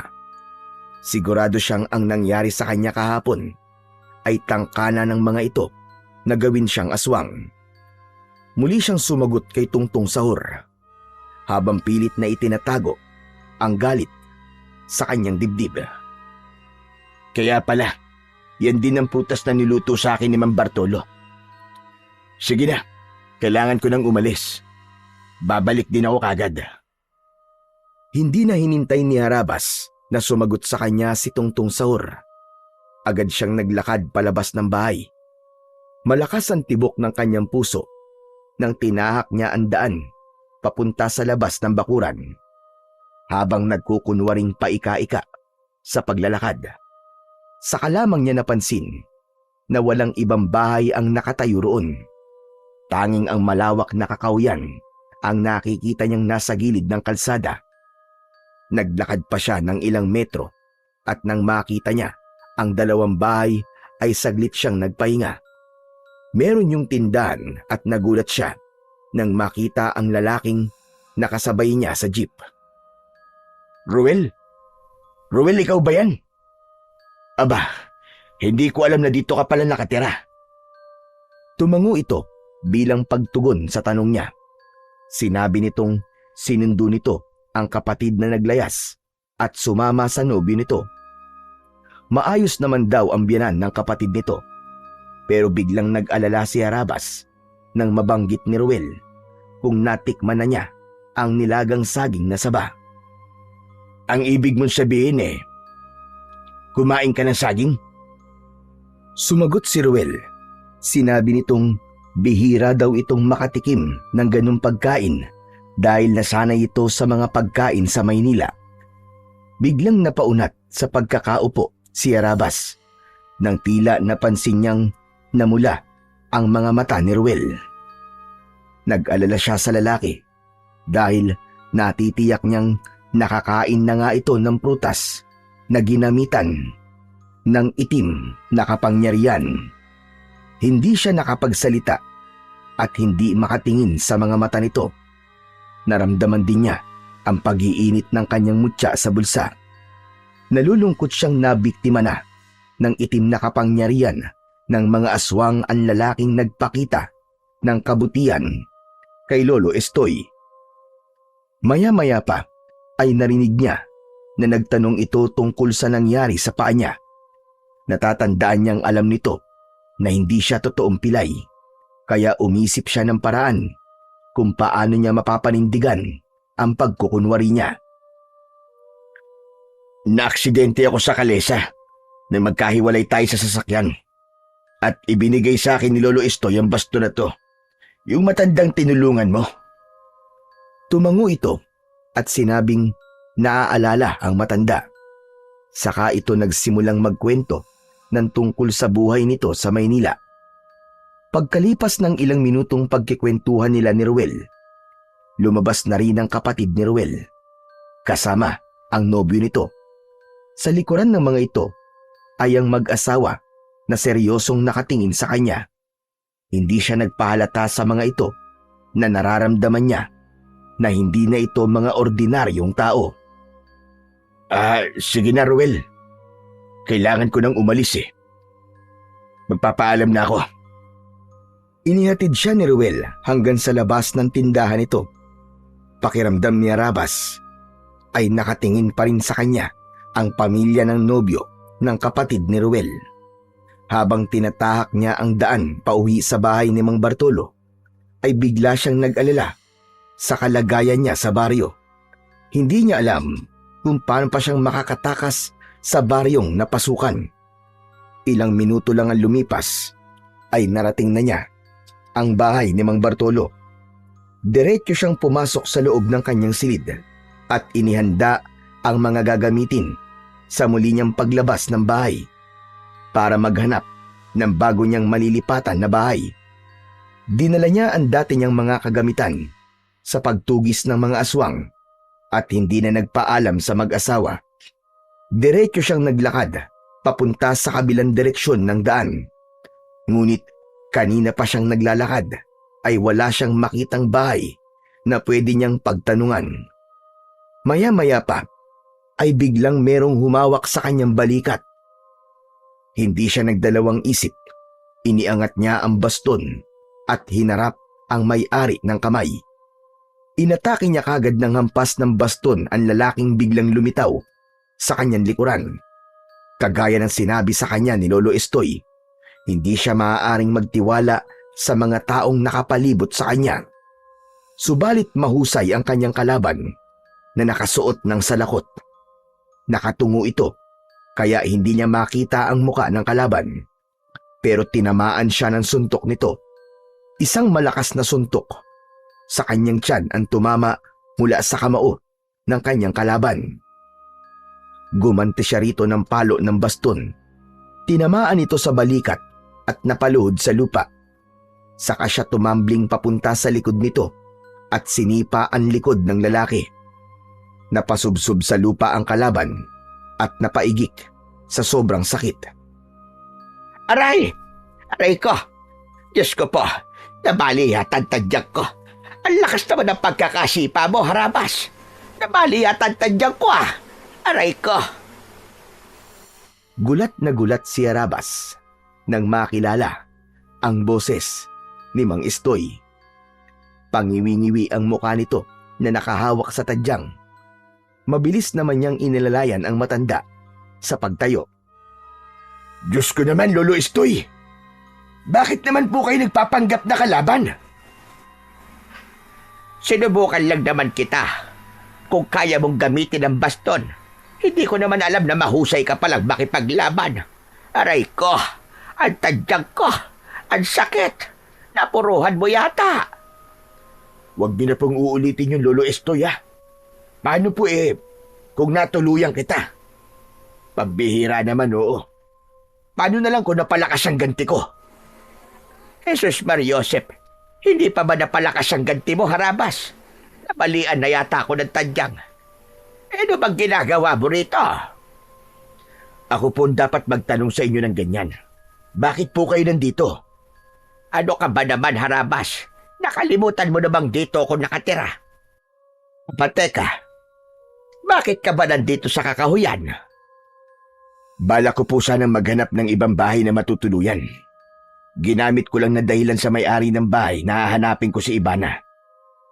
Lolo Estoy, kagabi po, inatake ako ng mga aswang. Mabuti na lang po tinulungan ako ng baston at mutya. Nalaman ko rin po kung paano ko to gagamitin sa mga aswang. Hindi pa rin natatapos ang pagliligtas sa akin ng mutya. Muntik na po ako makakain ng saging na saba. Lahat ng nakatira sa bahay ng dati kong asawa ay mga aswang. Nakita mo na ba ang asawa mo? Opo, Lolo Estoy. Sa bahay mismo na inuupahan ko. Alam ko po na dating bahay yun ng mga magulang ng asawa ko. Kaya nga po nagulat ako at iba nang nakatira doon. Kumusta naman ang asawa mo? Hindi po siya ayos, Lolo Estoy. Nasa panganib po ang asawa ko. Hindi na po niya ako nakikilala. Nagkita kami kagabi, pero hindi niya ako pinansin. At iba na po ang pangalan niya. Hindi na siya si Ivana, kundi siya na po si Isabel. Sinasabi ko na nga ba't nakakuha na sila ng alay na pagtataniman nila ng binhi para sa nalalapit na piyesta. Teka, sandali lang po, Lolo Estoy. Pagtataniman nila ng binhi ang asawa ko. Hindi po bukid ang asawa ko. Ang hina naman ang isip mo. Alam mo na yon kung ano ang ibig kong sabihin. Ang binhi na tinutukoy ko ay anak. Isang alay ang asawa mo para gawing palahian ng mga aswang na malik. Sa pamamagitan ni Ivana, magpaparami sila ng lahi. Bukod pa sa paggawa ng aswang ng kanilang pinuno. Ibig niyo pong sabihin nasa panganib po ang buhay ng asawa ko. Oo, dahil magpaparami sila ng lahi sa pamamagitan ng asawa mo, Harabas. Magsasagawa sila ng ritual na gaganapin sa araw mismo ng piyesta ng kulay pulang bilog na buwan. Ang pinuno ng mga aswang na tumangay sa asawa mo ang gumagawa ng mga aswang na malik dahil naniniwala sila na ang paglakas ng kanilang kapangyarihan ay sa pamamagitan ng kanilang magiging anak na gagawin sa pagbilog ng kulay pulang buwan o pista ng mga aswang. Ano pong klaseng nilalang ang mga aswang na malik? Sila ang mga aswang nakahawig ng kahoy. Kasing kapal ng balat ng kalabaw ang kanilang balat. Mga alagad sila ng pinuno ng aswang na siyang lumikha sa kanila para maging isang ganap na halimaw. Parang may mabigat na bato ang dumagan sa dibdib ni Harabas nang marinig ang sinabi ng matanda. Bigla siyang kinilabutan at nag-alala na baka tuluyan ng mapahamak ang kanyang asawa. Bakit pa niya hihintayin ng pista kung pwede naman niyang itakas na si Ivana? Alam ko ang tumatakbo sa isip mo, Harabas. Balak mong itakas ang asawa mo. Hindi yon magiging ganun kadali. Hindi na siya ang asawa mo. Isa na siyang aswang na malik dahil nasa ilalim na siya ng itim na kapangyarihan ng hipnotismo at gayuma. Sa madaling salita, hindi mo siya maaaring ilayo sa pinuno ng mga aswang hanggat hindi nagpapakita ang pulang buwan. Yun ang palatandaan ng kanilang pag-iisang dibdib at pagsasanib ng kanilang katawan. Asawa ko siya, Lolo Estoy. Hindi siya magiging asawa ni Tongtong Saur. At hindi po ako makakapayag na gawin nila kay Ivana ang kahalayan na yun. Kailangan mong iligtas si Ivana sa araw ng pista. Saka mo lang mababawi ang katawan ng asawa mo na binalutan ng itim na kapangyarihan. Paano ko po maaalis ang itim na kapangyarihang bumabalot sa pagkatao ng asawa ko kung ang mutya na nasa kamay ko ay kontra sa kanya? Tulungan niyo po ako, Lolo Estoy. Hindi ko po kakayaning mapahamak ang asawa ko. Hindi ba tinutulungan na kita, Harabas? May paraan kung paano siya maililigtas gamit ang mutya. Hihigupin ito ang itim na kapangyarihang bumabalot sa katawan ng asawa mo. Pero kailangang may gawin ka para tuluyang mabawi siya. Gamit ang pagmamahal mo sa kanya. Ano pong ibig niyo sabihin, Lolo Estoy? Maililigtas ng mutya ang asawa mo si Ivana. Mawawala ang gayuma niya sa katawan kapag nagawa mo ang paraan na sinasabi ko. Paano po, Lolo Estoy? Dapat mo siyang hampasin ng baston sabay taas ng mutya sa ere. Pero kailangan mong mahalikan siya sa labi habang nakataas sa mutya. Sa ganung paraan, mawawala ang hipnotismo, gayuma, at itim na kapangyarihang bumabalot sa katawan niya. Hihigupin yun ng mutya. Kapag nagawa mo yon, maaalala niya ang halik mo at muli siyang magbabalik sa katinuan dahil sa iyong pagmamahal. makikilala ka niya at maaalala niya ang nakaraan. Pero kailangan magawa mo yon sa araw mismo ng pagbilog ng kulay pulang buwan. Kung ganun po, ay kailangan ko pang maghintay ng 4 na araw. Oo, konting tiis labang. Bantayan mo ang kanilang mga kilos. Mas lalong hindi mapakali si Arabas nang malaman na ang kanyang asawa ay nasa bingit ng kamatayan. Gusto niyang pagsisihan kung bakit ngayon lang siya gumawa ng paraan para sundan ang asawa. Kumain muna siya sa bahay ng matanda upang hindi siya makakain ng pagkain na inihahain sa kanya ng mag-asawa. Habang kumakain ay pinag-iisipan nilang dalawa kung paano niyang maililigtas si Ivana. Pagkatapos nilang magplano ni Lolo Estoy at makapag-usap ay nagpasya ng umuwi si Arabas. Pagkalipas ng ilang minuto ay narating niya ang bahay ni Mang Bartolo. Bago siya pumasok sa loob ng bahay ay sinigurado niyang hindi mahahalata ng mga ito ang galit na nararamdaman niya sa kanyang dibdib. Nakita niya si Mang Bartolo. Papalapit ito sa kanya. Kumusta, Harabas? Nahanap mo ba ang bahay ni Ivana? Hindi po, Mang Bartolo. Baka nakaalis na po sila ng baryo eh. Habang nagsasalita si Harabas, ay hinanap ng kanyang paningin ang kanyang asawa na si Ivana. Dismayado siyang hindi nakita ang asawa, kaya muli siyang nagsalita. Sige po, Mang Bartolo. Magpapahinga na po muna ako. Napagod ako sa matagal na paglalakad. Hindi ka ba muna kakain? Tapos na ho kong kumain, Mang Bartolo. Nakita po kami ng kaibigan kong si Ruel na nakatira dyan lang po sa unahan ng tindahan. Nakakatuwa nga po eh. At dito pa kami nagkita. Pagsisinungaling ni Harabas para mas kapanipaniwala ang kanyang dahilan at makaiwas sa pagkain na inaalok sa kanya nito. Maya-maya pa ay tinalikuran niya na si Mang Bartolo at pumasok na siya sa loob ng kanyang silid na inuupahan.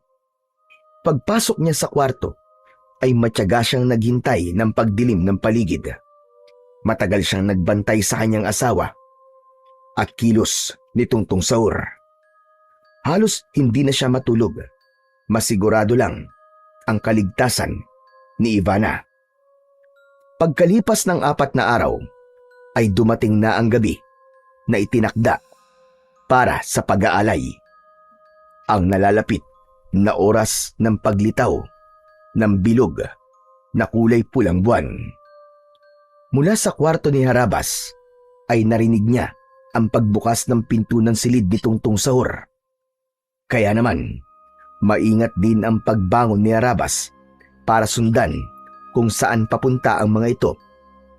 Halos mabingi siya sa lakas ng tibok ng kanyang puso dahil sa labis na pag-aalala niya para sa kanyang asawa. Ilang araw din siyang nakabantay kay Ivana at ngayon lang siya nakaramdam ng takot. Sa madilim na bahagi ng daan, nakita ni Harabas na inaalalayan ni Tungtong Saur si Ivana. Tulala ito at wala sa sarili. Tinahak ng mga ito ang daan papunta sa kakauyan habang ang kaba sa kanyang dibdib ay palakas ng palakas. Dala ang baston at ang mutya ng pusod ng Supremo ay mabilis na sumunod sa paglalakad si Harabas. Malayo ang kanyang agwat sa mga ito para hindi maramdaman ng mga ito na nakasunod siya. Habang naglalakad ay panayanlinga niya sa paligid. Meron silang usapan ni Lolo Estoy na magkikita sila sa lugar na yon. Maya-maya pa ay nagtago muna siya sa likod ng isang puno. Nakasilip siya sa gawi ng dalawa sa tapat ng bukana ng kuweba. Natitiyak niyang doon gaganapin ang ritual. Walang kaalam-alam ang kanyang asawa na gagawin dito ni Tungtong Saur yun. Akma na sanang lalapit si Harabas sa kinaroroonan ng dalawa nang makarinig siya ng mahihinang pag-angil sa kanyang likuran. Ganun na lamang ang panlalaki ng kanyang mga mata nang makita ang mga nilalang na nakangising tumutulo ang malapot na laway sa bibig. Mabuti na lang at nakapasok na sa loob ng kuweba sina Tungtong Sahur at Ibana bago pa siya nahuli ng mga nilalang sa kanyang harapan. Sinasabi ko na nga ba't hindi ka totoong pilay at matagal mo nang alam na kami ang mga aswang na malit. Hindi ako nagkamali sa totoong pakay mo. Balak mong agawin sa amin ang aming alay. Hindi ko aagawin sa inyo ang alay nyo, kundi kukunin ko siya dahil asawa ko siya. Ang anak nyo na si Tungtong Sahur, papatayin ko siya. Huwag kayong magtago sa itsura nyo bilang aswang dahil kilala kita. Ikaw si Mang Bartolo at siya naman si Aling Tanya. Hindi ko hahayaan na magtagumpay kayo sa binabalak nyo sa asawa ko. Hindi mo kami mapipigilan. Matagal naming hinintay ang ganitong pagkakataon, kaya hindi ka magtatagumpay na labanan kami. Dito pa lang ay sisiguraduhin namin na mapapatay ka na namin. Sige mga kasama, ano pang hinihintay nyo? Atakihin nyo ang mapangahas na lalaking ito! Unang sumugod ang nilalang na merong humahabang dila. Pumulupot yun sa braso ni Harabas para mapigilan ang paggamit niya sa baston. Ngunit sa paglapat ng dila nito sa kanyang sandata ay lumitaw ang usok mula sa dila nito para itong napasok sa kanyang sandatang baston. Naputol bigla ang dila ng aswang kasabay ng pagpalo niya sa ulo nito gamit ang baston. Bumagsak ito sa lupa, sabay dukot niya ng mutya sa kanyang bulsa at itinaas yun sa ere. Lumiwanag ang bato at hinigop ang kapangyarihang itim mula sa katawan ng nasaktan na nilalang. Umatras si Mang Bartolo kasama ang mga alagad nito. Anong nangyayari? Paano napunta sa iyo ang kakaibang baston at mutya ng aming supremo? Hindi na mahalaga kung paano napunta sa akin to. Ang mahalaga kung paano ko uubusin ang mga lahi niyong mga hayop kayo. Ito na simula ng magiging katapusan niyong lahat. Uubusin ko kayo at wala akong ititira sa inyo. Nagkakamali ka dahil ang pinuno namin na si Tungtong Sahur ang itatapat namin sa mutya na hawak mo. Sa oras na may isagawa ang ritual sa asawa mo, hindi mo na siya matatalo at mawawala ng tuluyan sa iyo si Ibana. Hayop ka. Kung ganun pala, matagal mo nang alam na si Ibana ang nawawala kong asawa. Patutunayan ko sa iyo na hindi kayo magtatagumpay ng anak mong demonyo at lalaban ako hanggang sa huling hiling ako. Dala ng matinding galit na nararamdaman ni Harabas ay mabilis niyang inatake ng palo ng baston si Mang Bartolo. Ngunit humaba ang kamay nito at nasakal siya sa leeg. Hindi siya nagpatinag. Kahit nararamdaman niya ang sakit, ay pinilit niyang makawala sa kamay ng kalaban. Naramdaman din niya ang pagbaon ng kuko nito sa kanyang balat. Kaya buong lakas niyang hinampas ng hawak niyang baston ang kamay ni Mang Bartolo. Napasigaw ito sa labis na sakit at nabitiwan ang kanyang leeg. Napaatras ito ng hakbang, papalayo sa kanyang kinatatayuan. Habang hawak ang kamay na tinamaan ng baston. Pumalit naman si Aling Tanya na panayang angil habang inaatake siya nito ng kalmot. Muntik siyang tamaan sa muka ng matutulis nitong mga kuko, ngunit naiwasan niya ang bawat pag-atake nito. Gumanti si Harabas ng palo ng baston. Tinamaan si Aling Tanya sa katawan at ulo. Bumagsak ito sa lupa at itinaas ni Harabas ang mutya sa ere. Sabay na lumitaw ang kulay itim na usok sa katawan ng mga ito. Kahit na anong pagpupumiglas ang gawin ng mag-asawa, ay hindi nakayanan ng mga ito ang init na taglay ng mutyang hawak niya. Nasunog ang katawan ng mag-asawa at para hindi na makarating sa mga nilalang na nasa loob ng kuweba, inatake niya rin ang natitirang kasama ng mga ito.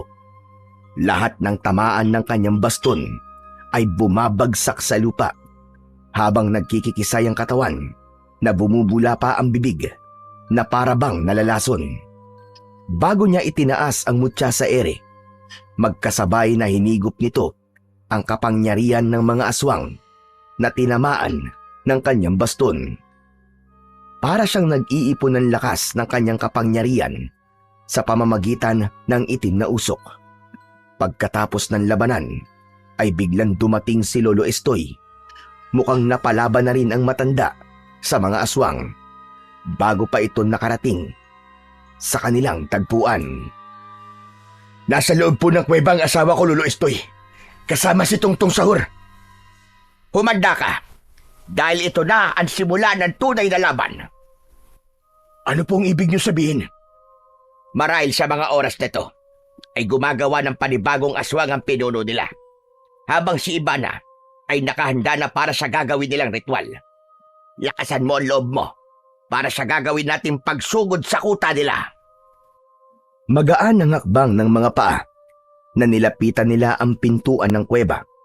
Malakas ang tibok ng puso ni Harabas habang habol ang sariling hininga.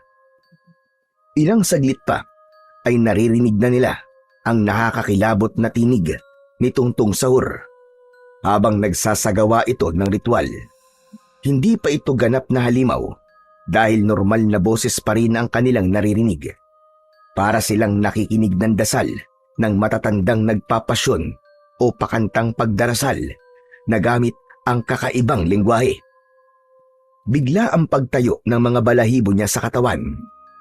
Pakiramdam ni Harabas ay hindi na siya humihinga ng mga sandaling yun. Maya-maya pa ay tumambad sa kanilang paningin ang maliwanag na ilaw mula sa sulo na nakadikit sa batong dingding ng kuweba.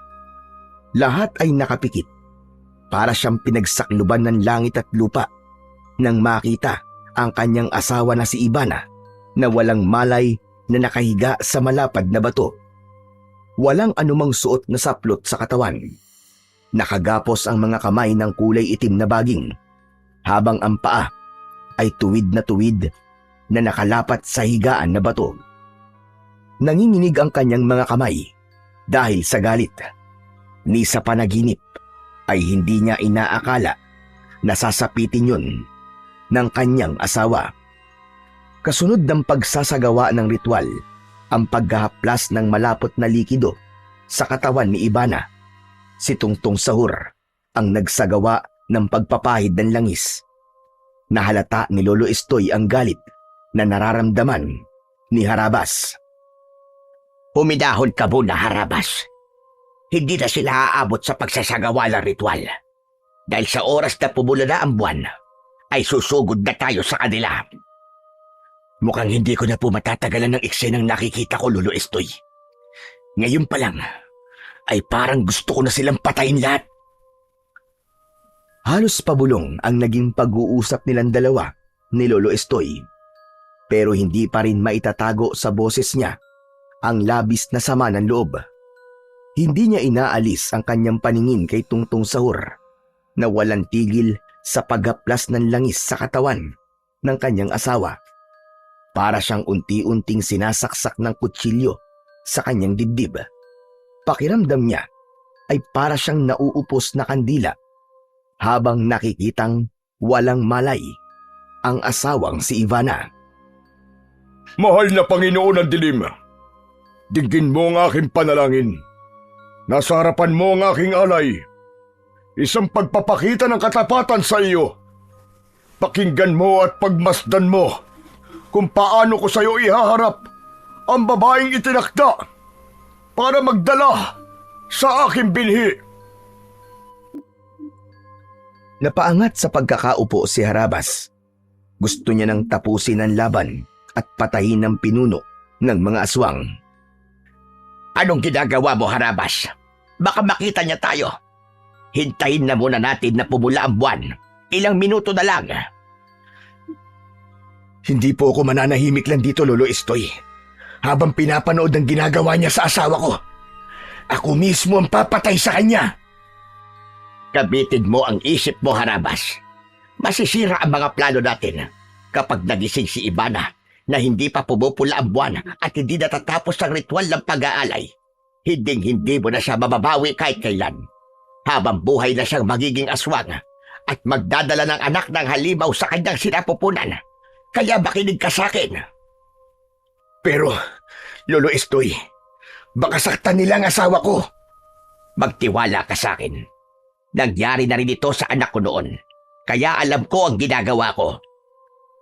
Hindi na nagpumilit pa si Harabas. Nakuyom na lamang niya ang kanyang kamao habang nakatingin sa ginagawa ng pinuno ng mga aswang na si Tungtong Sahur. Maya-maya pa ay unti-unti nang nagbago ang anyo ng pinuno ng mga aswang na si Tungtong Sahur. Mula sa pagiging tao ay nagbago na ang itsura ng balat nito. Naging balat ng kahoy, magaspang, ngunit matingkad dahil sa langis na inihaplas nito sa kanyang katawan. Humaba ang tenga nito na lampas sa makintab nitong ulo. Mapupula ang mga mata na tila ba nagbabagang apoy. Ang mga kuko sa daliri ay humaba na kasing talas ng kutsilyo. Tinubuan ng pangil si Tungtong Sahur. Kasabay ng mga alagad nitong nakayuko. Ganun na lamang ang panlalaki ng kanyang mga mata. Nang makita niya si Ruel, isa sa mga aswang na nakatayo sa tabi ni Ivana. Tulala at wala sa sarili. Iba na rin ang itsura nito, kasama ng kapatid at pamilya ng nobyo ng kapatid nito. Nakilala rin ito ni Lolo Estoy, kaya bumukas sa mukha ng matanda ang lungkot. Hindi na siya mababawi at maliligtas ng mutya mo, Harabas. Si Ivana lang ang kayang iligtas ng bato dahil siya ang matagal mong nakasama. Si Ruel, magiging bahagi na siya ng kasamaan ng aswang. Kung may magagawa po ako para mailigtas si Ruel, Lolo Estoy, ay gagawin ko. Susubukan kong iligtas siya. Dahil isa siyang mabuting tao. Hindi niya dapat sapitin ito. Hindi ako sigurado. Ngunit isa lang talaga ang alam kong maililigtas ng mutya. Si Ivana lang dahil siya ang asawa mo. Magsasalita pa sana si Harabas nang marinig nila ang muling pag-alingaw-ngaw ng boses ni Tungtong Sahur. Naaamoy ko na ang pagsilip ng pulang buwan. Subalit nararamdaman ko na merong kakaibang nilalang sa paligid natin. Hanapin niyo ang naaamoy kong nilalang sa paligid. Nagtataglay siya ng itim na kapangyarihan mula sa ating mga kasama. Kung hindi ako nagkakamali, nandito ang lalaking nagmamay-ari sa ating alay. Napaunat ng tayo sa pinagtataguan si Harabas. Sakto yun ng pagsanib ng pulang buwan sa paglitaw ng liwanag nito sa kalangitan. Sabay-sabay na umalulong na parang aso ang mga aswang na malik at kagad silang nakita ng mga halimaw sa loob ng kuweba. Ngayon, ipakita mo na ang galit mo kanina, Harabas! Sige na!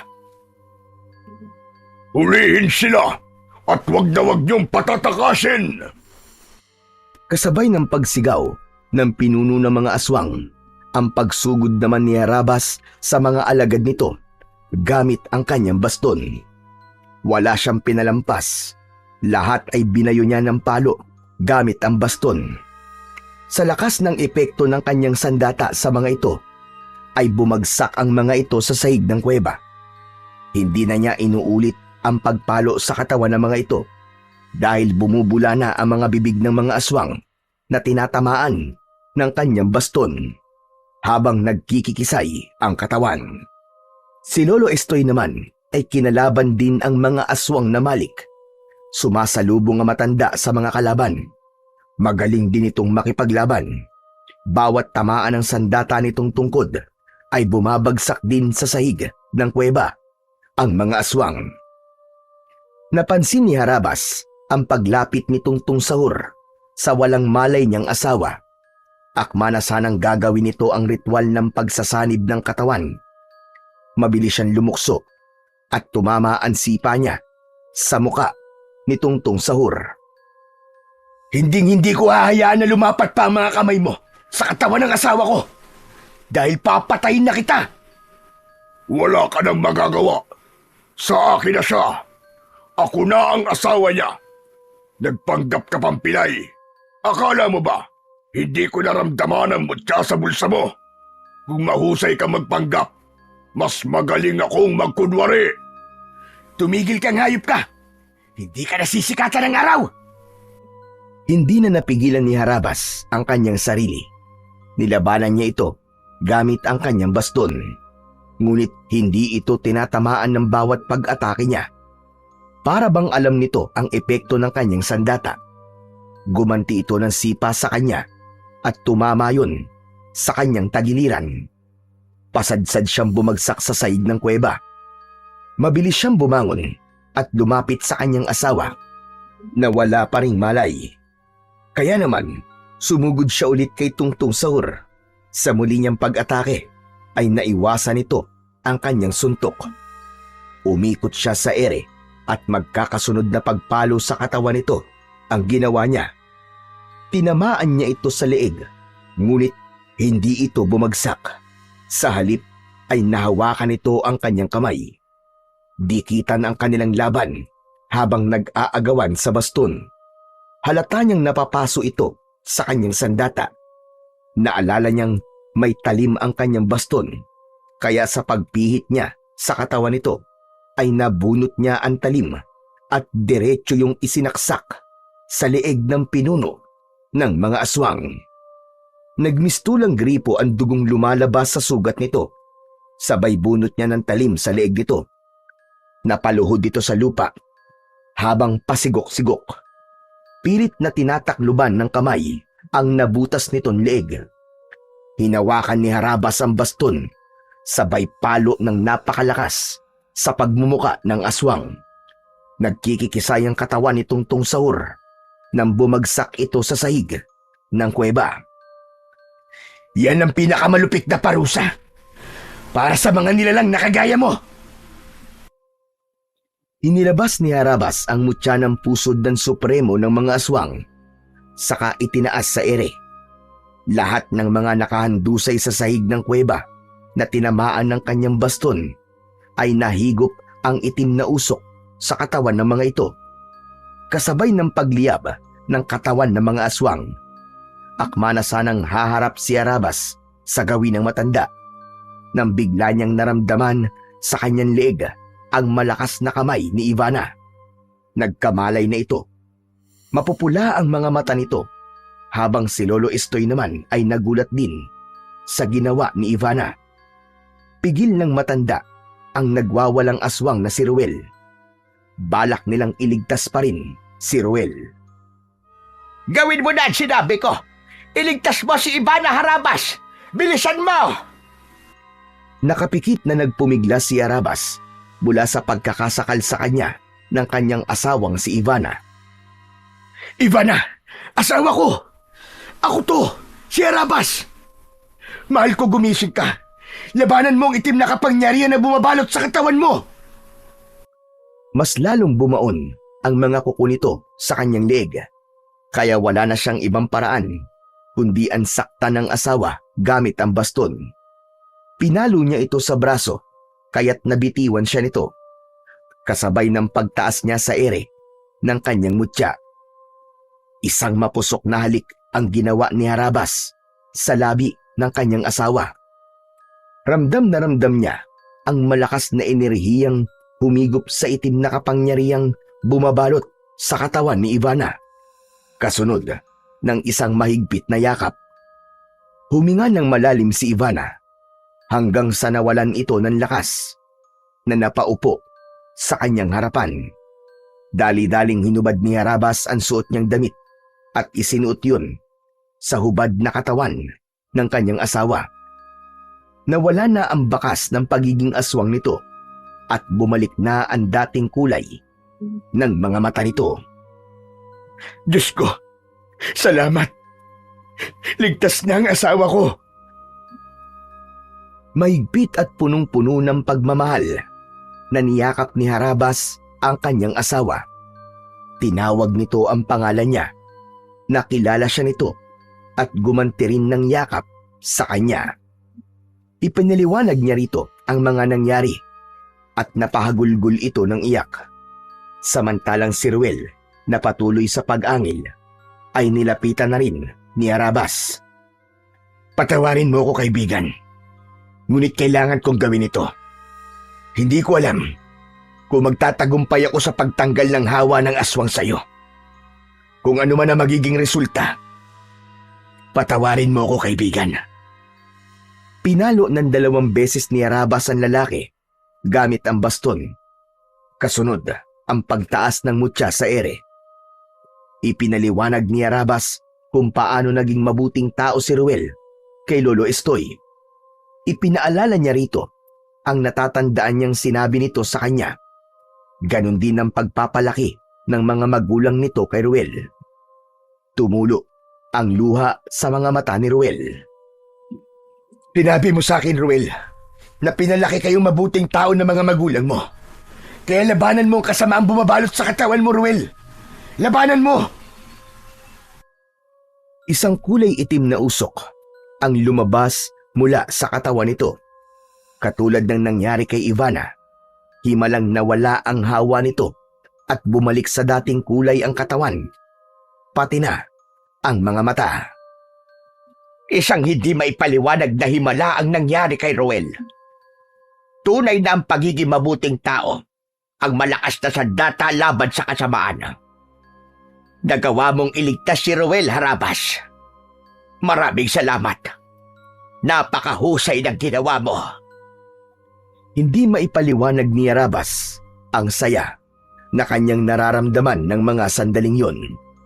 Habang yakap niya ang kanyang asawa na si Ivana, may dinukot si Lolo Estoy sa bulsa nito habang nakangiti.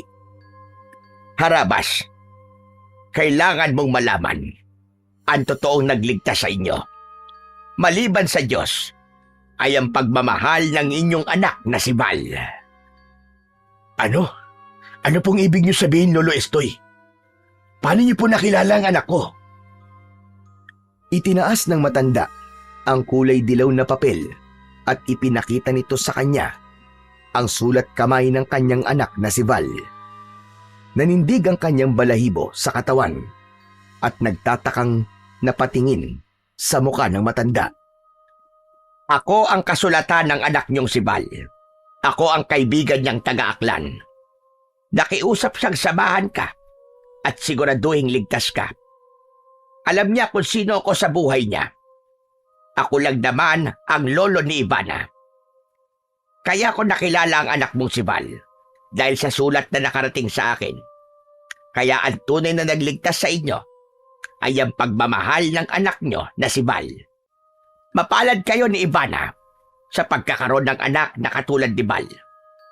Maganda ang pagpapalaki niyo sa anak niyo.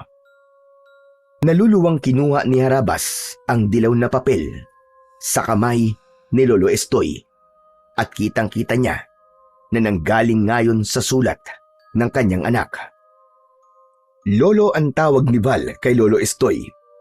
Nandun din ang pakiusap na iligtas din ang ina nito.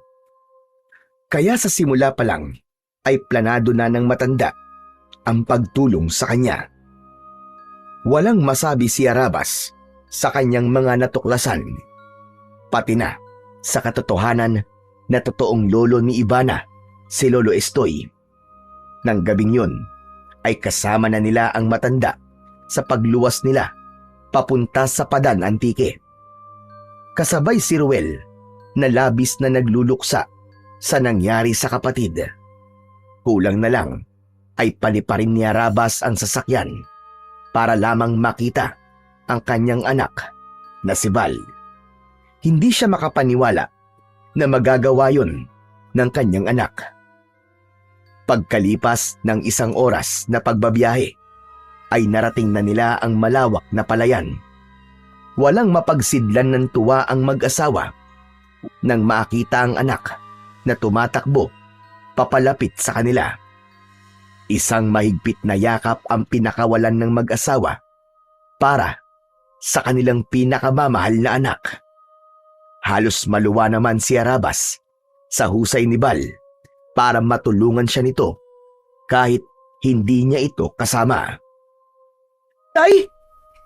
Tay! Nakabalik na po kayo ni nanay! Dahil yun sa'yo, anak. Maraming salamat sa tulong mo. Hindi ko po kasi kayang mawala kayo. Mahal na mahal ko po kayo ni nanay, tay. Sandali lang. Akala ko ba, Apo, walang iyakan? Aba, hihina ang paghanga ko niyan sa'yo, Apo. Lolo Estoy, nandito rin po pala kayo.